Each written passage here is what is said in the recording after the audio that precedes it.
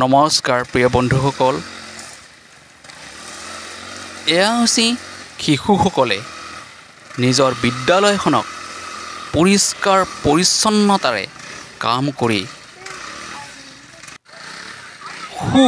পৰিৱেশেৰে ৰাখিবলৈ কাম কৰি আছে।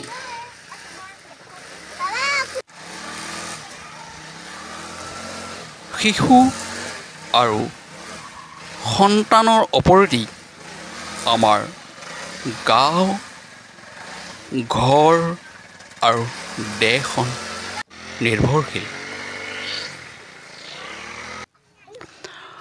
আমাৰ ঘৰত সন্তান যদি নাথাকে, আমি মৰাৰ পিছত আমাৰ ঘৰখনৰ সা সম্পত্তি ৰাখিবলৈ কোনো নাথাকিব। তেতিয়া আমাৰ ঘৰখন এনেই হেৰাই যাব।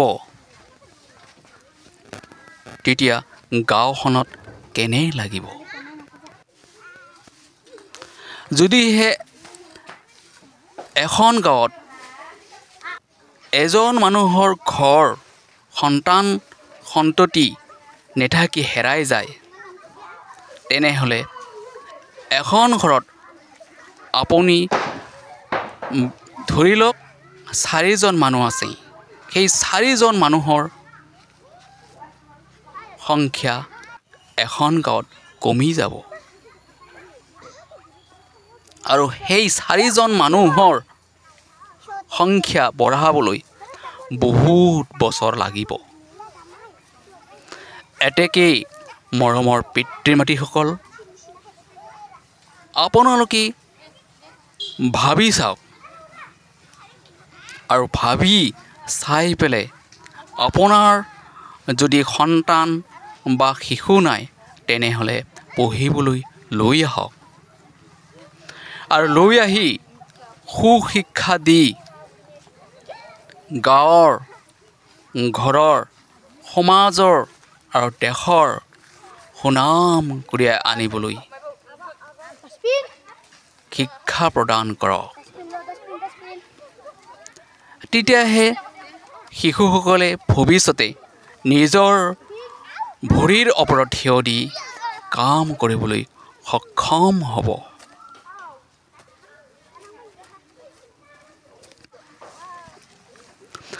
শিক্ষা হৈছে জীৱনৰ বন্তি। শিক্ষাৰ ঘাই শিপাডাল বৰ তিতা, কিন্তু ইয়াৰ ফলাফল বৰ সোৱাদ। শিশুসকলক চৰিত্ৰৱান হ'বলৈ সুশিক্ষা প্ৰদান কৰক।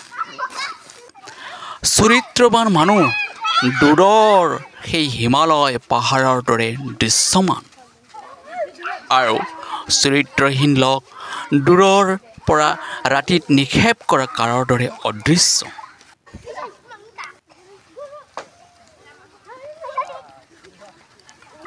এতেকে শিশুসকলক ভাল শিক্ষা প্ৰদান কৰক।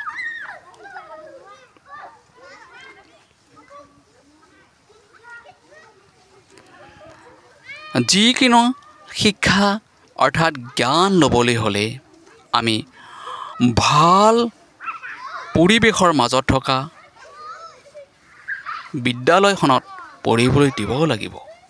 তেতিয়াহে আমাৰ শিশুসকলে ভাল পৰিৱেশ লৈ সুশিক্ষা গ্ৰহণ কৰিব পাৰিব।